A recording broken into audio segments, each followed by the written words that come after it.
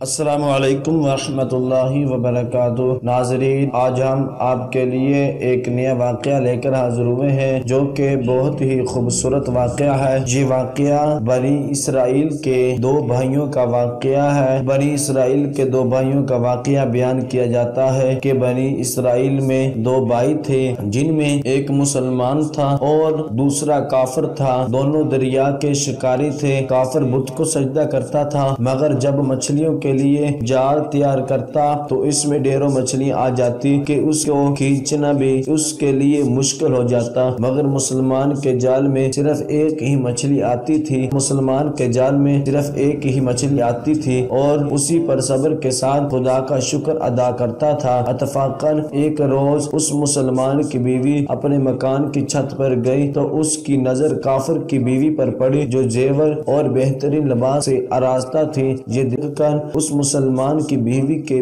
دل میں وسوسہ پیدا ہوا کہ کاش میں بھی ایسی ہی ہوتی۔ تو کافر کی بیوی بولی تو اپنے شوہر کو اس پر آمادہ کر لے، وہ بھی میرے شوہر کے معبود یعنی بت کی عبادت کیا کرے تاکہ تو بھی میری طرح مالدار ہو جائے۔ یہ سن کر مسلمان بھائی کی بیوی کچھ غم زدہ سی ہو کر نیچے آئی اور جب اس کا شوہر گھر آیا تو اس نے بیوی کا حال متغیر دیکھ کر دریافت کیا، آخر کیا بات ہے جس سے تو اس قدر غم زدہ معلوم ہوتی ہے؟ تو وہ کہنے لگی، بس میاں، یا تو تم مجھے طلاق دے دو یا اپنے بھائی کے معبود کی عبادت شروع کر دو۔ یہ سن کر اس کے شوہر نے کہا، خدا کی بندی، تو خدا سے نہیں ڈرتی؟ ایمان کی دولت ملنے کے بعد یہ کفر کی باتیں کرتی ہے۔ یہ عورت بولی، بس مجھ سے اب زیادہ باتیں نہ بناؤ، میں بھی دوسری عورتوں کی طرح اچھا لباس اور اچھے زیورات پہننا چاہتی ہوں۔ جب اس مرد مومن نے دیکھا کہ یہ عورت ضد پر اتر آئی اور اس کا اسرار حد سے بڑھ چکا ہے تو اس نے عورت کو تسلی دی،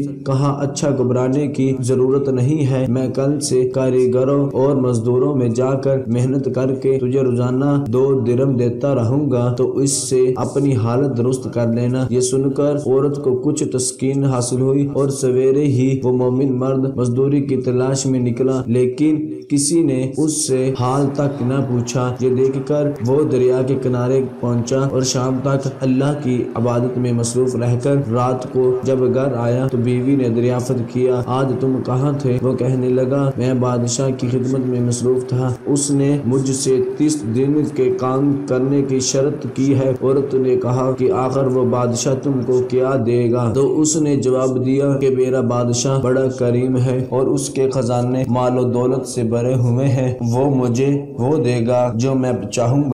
اسی طرح برابر وہ اپنے معبود برحق کی عبادت میں مصروف رہا اور 30ویں رات ہوئی تو بیوی نے کہا، سنو میاں، اگر کل تم نے مجھے مزدوری لا کر نہ دی تو تم مجھے لازمی طلاق دے دینا۔ یہ سن کر اس کو اس قدر پریشانی لاحق ہوئی اور 30ویں صبح کو اس نے ایک یہودی سے کہا، کیا تم مجھے مزدوری پر لگا لو گے؟ یہ سن کر یہودی کہنے لگا، ہاں، تم کو مزدوری تو مل جائے گی، لیکن شرط یہ ہے کہ میرے پاس تمہارے کھانے پینے کا کوئی انتظام نہ ہوگا۔ چنانچہ وہ مرد مومن روزے کی نیت کر کے یہودی کے ساتھ ہو گیا۔ اللہ تعالیٰ کے حکم سے ایک فرشتہ 29 اشرفیاں ایک نورانی طباق میں لے کر اس کی بیوی کے پاس پہنچا اور کہنے لگا، میں بادشاہ کا قاصد ہوں، اس نے یہ اشرفیاں لے کر مجھ کو تیرے پاس بھیجا ہے اور فرمایا ہے تیرا شوہر ہمارے پاس کام میں تھا، ہم نے اس کو نہ چھوڑا یہاں تک کہ اسی نے ہم کو چھوڑ دیا اور یہودی کے پاس چلا گیا، اگر